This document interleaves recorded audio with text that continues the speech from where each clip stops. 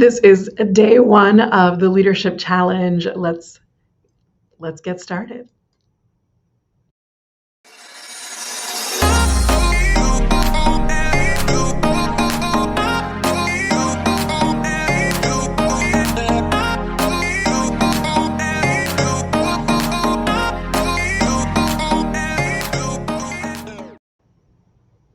Welcome. Hello. I am so excited that you are here. This is day one for the Playful Leadership Challenge. And if you're here watching live, that's wonderful. Say hello in the chat, whether you're watching on Facebook or LinkedIn.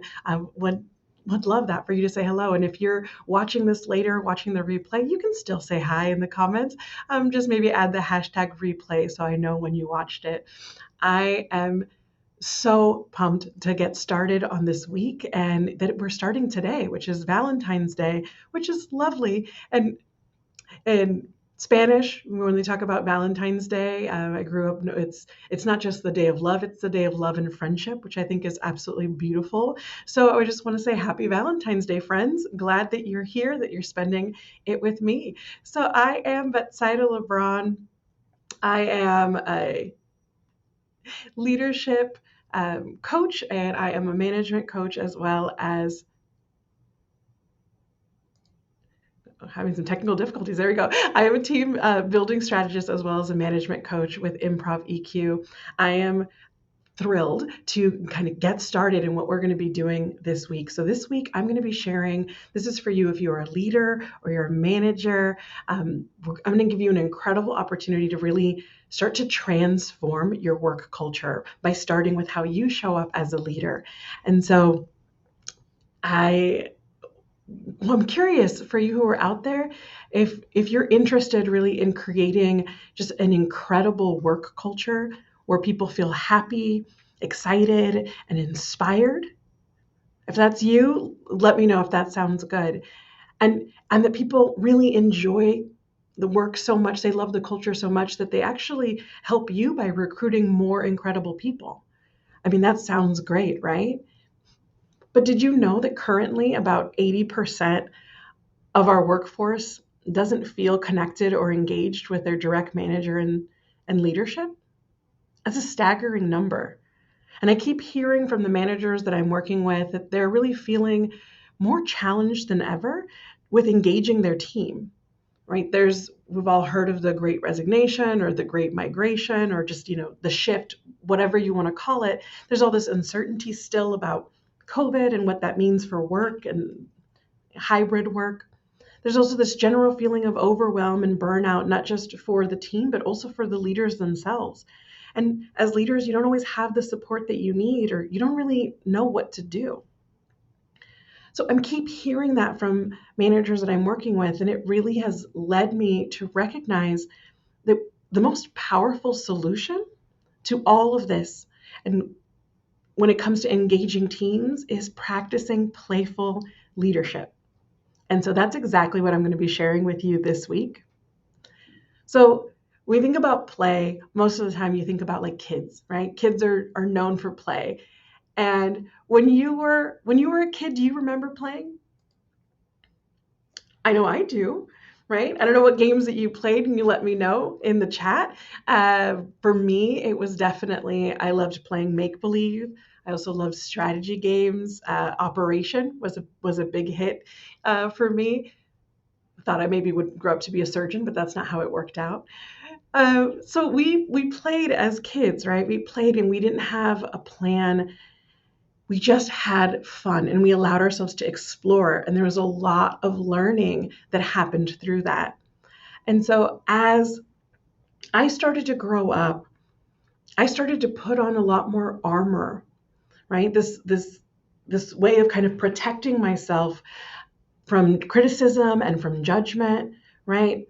I used to do things that were just so fun and they were for me. I used to draw and color when I was a kid, and at some point I had adults telling me, I wasn't really good enough to make it a living. So it kind of made me stop, right? I had other kids tell me that the things that I loved and things that I thought were fun weren't really cool. They weren't cool enough for me to fit in. And so all of these different messages that I got from all over really disconnected me from play. And I put on a lot more armor and became much more adult, right? So when we're an adult, there's this feeling that play is very pointless. And so we don't do it because when we're adults, right, everything has to have a point.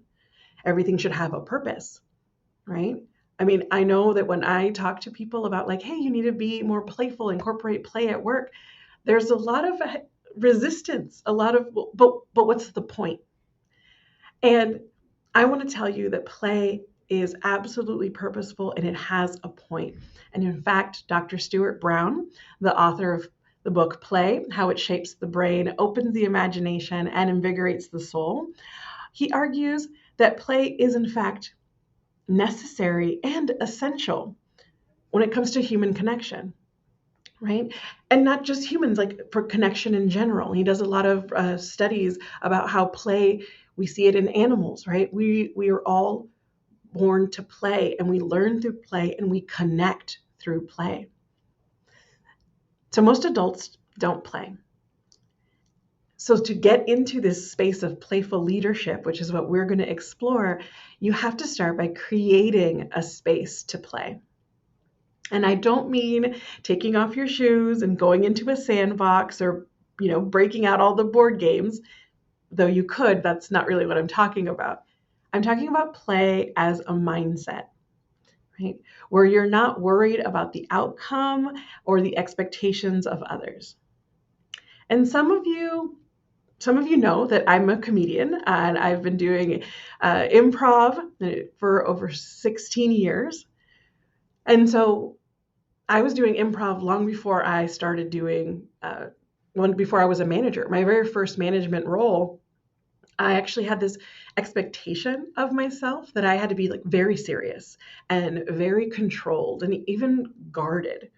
And I don't know, maybe that's you too. This idea of when you think about leadership and what that looks like, it's that you have to be very close and protected, and thinking about the experience that I had leading up to my first management role, I wouldn't say that any of the supervisors that I had up to that point, I mean, I wouldn't call them playful.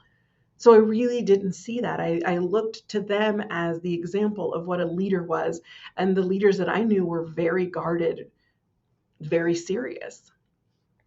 So the idea of bringing my playfulness, right, to work didn't make any sense. I couldn't wrap my head around it because that playfulness was really what I saved for performances. That was, I felt like a performance skill. It didn't belong at work. And so I was hesitant for the longest time to bring that side of me to work. And I kind of stumbled into having to deal with these two different Betsaidas when my staff decided to come watch one of my shows. And I didn't know they were coming, but I realized that they were there once they were there. And so you can imagine, I was pretty nervous. I was mostly uncomfortable because I was going to have to, they were going to see a completely different side of me. And it wasn't that this side was, inappropriate or there was anything bad with it, but it was just so different than how I showed up at work. And I was so uncomfortable, and I was their manager. So the idea that they would see me like this, I was so stressed backstage. And I really had to kind of come to terms with that. And I decided, you know what, I'm just going to do my show as I normally do and not going to try to, show up as that work Betsaida to my shows. So I just did a regular show and they really loved it. And I was like, whew, I dodged a bullet there, right? But it wasn't until we got back to the office later the next week when one of them asked me, so why are you so different at work? And I didn't really have a good answer. I didn't really have a reasonable answer to give because I really thought about it and I didn't know. And that's kind of when I started to realize maybe I didn't need to be these two separate people. that I could bring more of my playfulness, more of who I am fully to how I show up as a leader and as a manager at work. And so once I started to be more playful, I was more open, more willing. I mean, I really stopped trying to be this perfect, robotic, kind of impenetrable boss. And I just was human. I mean, you can imagine this dramatically changed the relationship that I had with my team. And so I see the value every day in using play as a leadership strategy. And now play isn't something that you can force. You know, you can't force yourself. You definitely can't force others to play. But you can adopt what Dr. Brown calls a play stance. So I'm going to ask you a question and you can respond in the chat. Have you ever played with a dog? Anyone played with a dog? It could be your dog or maybe it's someone else's dog, but have you ever like really played, like gotten down and played with the dog? Let me know, right? Because if you have, you you already know. Yeah, Timothy, definitely. We got a yep. And so you already know that that play stance, that's what dogs are doing. Malcolm says every day. Wonderful. Right? Think about that play stance that dogs have. Right? That's the when they're ready. You know what I'm talking about. I'm not going to act it all out, but right? And they're down and they're ready and they're excited. They're open and they're flexible because they really have no idea what you're about to do, but it doesn't matter because whatever you're going to do, they're here for it, they're ready, and they love it, right? We can think about how do we create our play stance where we're more open, right? Where we're ready, where we're flexible, no matter what is coming at us, that we can be ready for it. So here we go. Your first challenge this week is to awaken your play mindset and to open up to all of the possibilities. So I'm going to ask you to go for a walk. I know it seems really easy, but this is not just any walk. This is going to be an epic adventure walk. What does that mean? I'll tell you. So I want you to go for a walk, and whether that's in your space wherever you currently are, or you can wait till later and you can go for a walk even outside. But I want you to go for a walk, and instead of the usual kind of metaphoric blinders that we all wear, I want you to really pay attention. Like, really pay attention to everything around you, right? I think about in the morning when I walk past the coffee maker, I don't always even recognize it unless I'm stopping to get coffee, but I want you to really just be open and see everything. So instead of just walking past your fridge, I want you to really see your fridge, see the magnets that are on there, right? The angles of the magnets. I want you to see the handle. Just really take everything in. And if you're outside, going for this epic adventure walk, maybe you see your neighbor's lawn. Wonderful. I want you to notice the grass, notice the tree, notice the potted plants. But here's the catch, and this is really, really important, okay? Is that when you do this epic adventure walk, you have to stay in the present moment, okay? So when you see the potted flowers, right? It can be really tempting to think, oh, wow, the potted flowers remind me that I have to get flowers for mom's birthday next weekend. Oh, I better make sure I don't forget that. And now you've jumped to the future and you're planning and you're worried. No, I want you to stay in this present moment. In the same way, like if you walk past the fridge might remind you, oh no, like I never got around to cooking that zucchini that I bought a couple weeks back at the farmer's market when I was still, committed to my New Year's resolution of eating more veggies. And then you've jumped into the past, right? And you're judging all of the choices that you've already made up to this point. And I don't want you to jump to the past. and I don't want you to jump into the future. I don't want your brain to time travel at all. That's the hardest part of this challenge. Be in the present moment and go for an epic adventure walk. Okay. And the length of time is completely up to you, but I do want you to do that. Let me know. Are you willing? Are you willing to do this challenge? Can you go on an adventure walk? Let me know. Just say yes in the comments that you're committing to do this walk, and be open to the possibilities of what that means. Okay? So this is a weekly challenge. And so I want to make sure that you're also being accountable, right? There's things that we're going to be doing all week. And so I'm really excited. Thank you. I love seeing the yeses. Yes. Sabahat says yes. Timothy says yes. Wonderful. Yes. Commit to it. I love seeing that. This is challenge 1. We're going to have a really great time.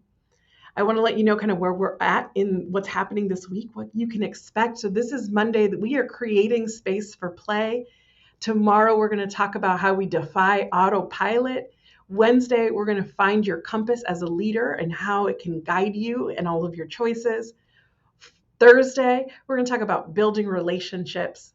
And Friday is going to be about playing away shame. And every single one of these days is going to have a challenge associated with it. So be ready to keep doing the challenges and to keep us accountable, right? This is today's challenge. So, right, you've committed to it. Go for a walk and stay in the present moment. Notice all that you can without judgment or worry. And once you've done that, I'm going to ask you to go and comment. Let us know that you did it. And you're going to do this by going into the LinkedIn group, Playful Leaders and Managers. This is a group that I set up just for this challenge. So please go join and check it out so you can share what you're doing and also see what other people are doing. And it's just a beautiful way that we can hold each other accountable. And this is, you can do it as simple or as complicated as you'd like. You can just go and say, hey, challenge 1 done, right? Or you can feel free to give more details. You can let us know what happened. What did you notice? How is it different than your usual way, or anything that you want to share, right? And then you get some bonus points if you respond and interact with other posts. So as other people are posting, give them a like, give them a reaction, make a comment, right? You'll get bonus points. And those are real points, actually, because at the end of this week, I'm going to give one of you who has the most engagement a special prize. So for all the support and the accountability, you are going to get a special prize that has a $500 value. And I'm so excited about that for you. So please participate. And also, this isn't just something to say, because if you really do this, you're going to get something valuable from it for yourself. It's going to change how you show up as a leader, right? So again, that's the LinkedIn group. You can just search in LinkedIn groups, Playful Leaders and Managers. If you have signed up through the Improv EQ website, then I have your email. You got my email this morning reminding you about today. I will send this to you again with the LinkedIn group, so that makes it really, really easy. But you can also just go to LinkedIn and search for Playful Leaders and Managers to find the group. So post and I'm so excited to hear all about your epic adventure walks and to learn how that went. And just remember, that's the challenge today. Go for that walk and be open to possibility, be open to play. All right, everybody, I'm Betsaida LeBron, and I will see you tomorrow for day 2. All right.